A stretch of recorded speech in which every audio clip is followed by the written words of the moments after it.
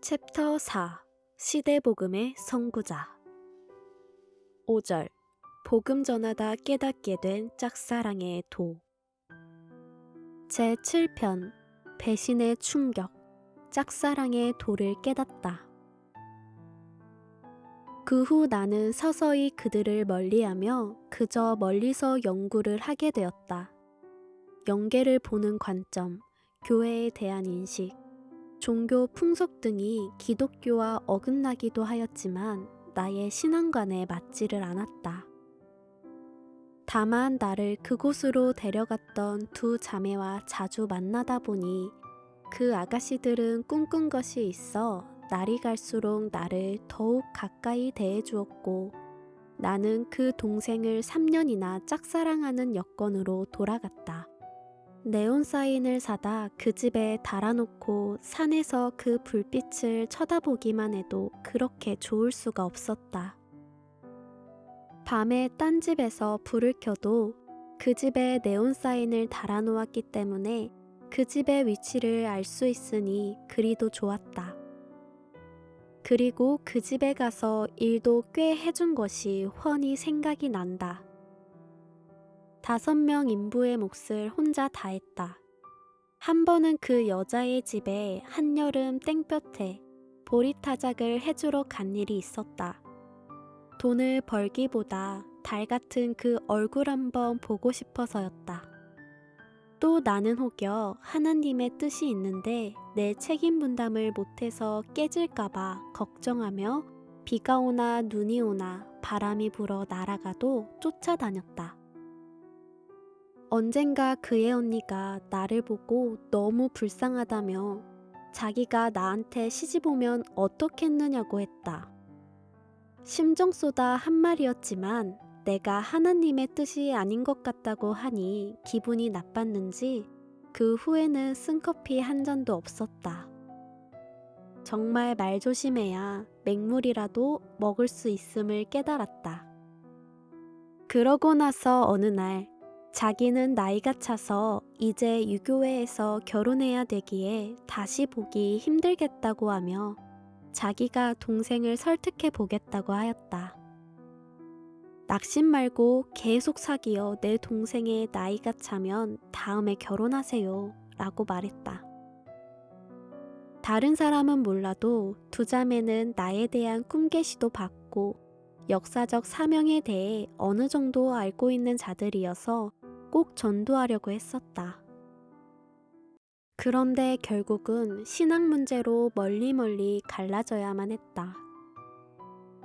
한 번은 내가 꿈을 꾸었는데 넓은 바다가 보이고 바다 한가운데 햇빛에 번쩍이는 고기가 보였다. 자세히 보니 홍어만한 크기의 금붕어를 닮은 고기였다. 그런데 그 고기가 어부에게 잡히고 말았다. 어부는 배 위에서 금방 잡은 고기를 도마 위에 올려놓고 회를 뜨고 있었다. 너무 아까웠다. 죽은 고기를 쳐다보며 저 고기는 내 고기인데, 내 것인데 하면서 막 울었다. 너무 분하고 원통했다. 도마 위에 회를 쳐놓은 고기는 눈만 말똥말똥했다. 깜짝 놀라서 잠을 깼다. 꿈자리가 너무 뒤숭숭하여 그 아가씨들 집에 가보았더니 동생은 교회에 갔다고 했다. 그래서 교회에 찾아갔더니 새벽 3시였는데 그 여자가 있는 작은 방 앞에 신발 2켤레가 나란히 놓여 있었다. 방 안에서 교회 지도자와 같이 자고 있었다. 내가 갑자기 찾아와 깨우니 잠결에 어리둥절해 하였다. 그러면서 나 좋아하지 말아요. 나는 유교회에서 결혼하려고 해요. 했다. 영적인 내가 상황을 다 알고 그 후에 그 여자만 만나서 교회의 그 지도자를 좋아하느냐? 하니 오히려 성질을 내면서 그것을 왜 물어요? 했다. 듣자니 그는 약혼자가 있다고 하던데 그를 좋아하면 유부남을 좋아하는 격이 아니냐 하였더니 자기는 괜찮다고 했다. 전날 밤에 꿈 생각이 나고 해석이 저절로 되었다. 나는 속이 상해서 처음 나를 만났을 당시 두 자매가 꾸었던 꿈 이야기를 다시 꺼내며 옛날에 꿈 꾼 것이 맞아. 진실로 하나님께서 묵시한 것이다. 내가 이루고 말 것이다. 했다. 그런데 아무리 종교적으로 설득해도 말로는 그런 것 같아요. 라고 대답을 하는데 그 여자의 마음은 콩밭에 있었다. 유교회의 그 지도자는 노래를 잘하고 기타도 잘 친다고 나에게 자랑 삼아 이야기했다. 지금은 나도 섭리사 가수가 되었지만 그때는 음치라서 노래는 내게서 천리길이나 멀 때였다. 노래방이 없는 불행한 시대에 태어난 것이 한이었다. 그때 내가 잘못 풀렸으면 한국에 노래방을 차리는 사람이 되고 말 뻔했다.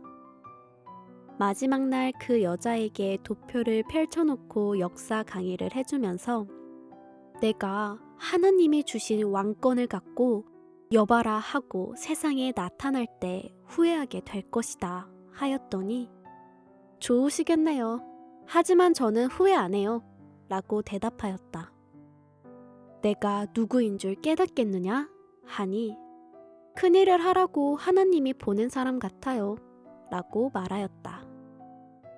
그러나 자기는 유교회의 그 남자와 결혼한다고 했다. 나는 그 여자와 손 한번 뜨겁게 잡아본 일이 없었다. 이것이 짝사랑이라는 것을 깨달았다. 3년 동안 짝사랑하느라 전도도 생각보다 많이 못했다. 그래서 전도를 열심히 하면 그 여자가 나를 따라올지도 모른다.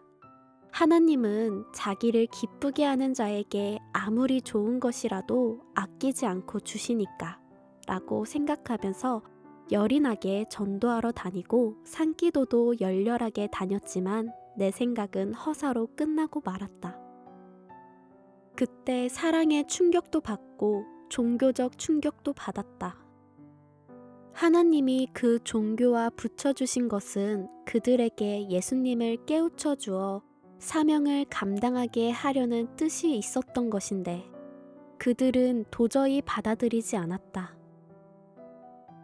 이 일을 겪은 후 나는 다시 산으로 들어가 수도길을 찾았다.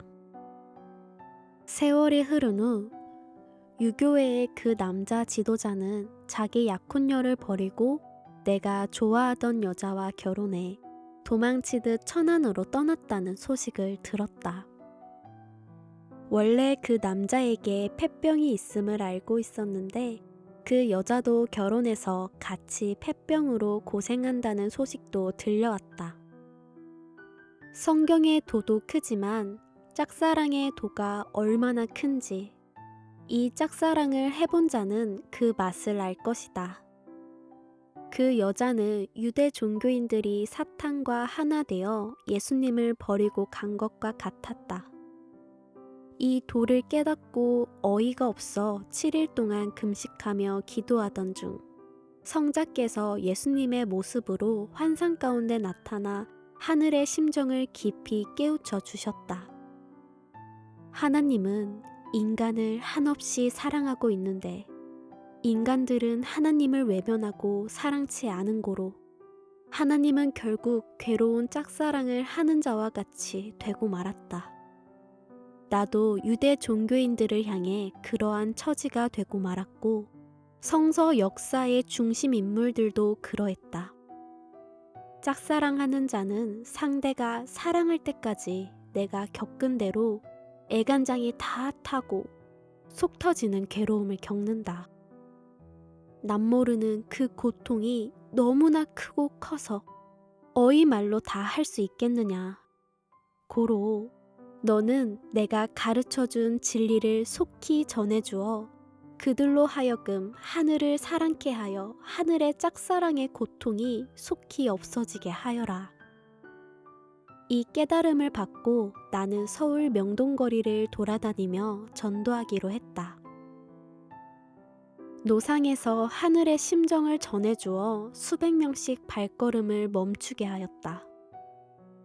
그리고 명동의 옛 코스모스 백화점에 가서 각 층의 상점들마다 들러 당신을 짝사랑하는 남자 이야기를 전해주겠다 하며 점원들을 전도했다.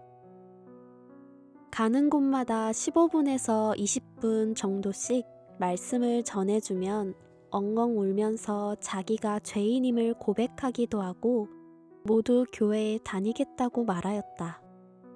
이때부터 나는 서울 노방 전도에 더욱 주력하게 되었다. 유교회 하면 지금도 내 애인을 잡아간 곳이라는 기억이 떠오른다. 그 후유증이 너무 커서 대수술을 10번이나 한 것 같이 충격이 컸다. 하지만 영계로 올라가서 상처를 여미고 모든 종교들의 현황을 깨닫고 더 무서운 정신으로 신앙의 길을 가게 되었다. 하나님에 대한 나의 사상과 이념이 더욱 확고해졌고 이 신념은 누가 말려도 돌이킬 수 없게 되었다. 그 일로 인해 삼위가 우리를 짝사랑하고 계심을 깨달았기에 옛날보다 더 하나님과 성자와 성령님을 찾고 매일 이야기하며 살게 되었다. 바로 이를 위해 하나님께서 나를 짝사랑하게 만들었구나 하고 한참 후에 깨닫게 되었다.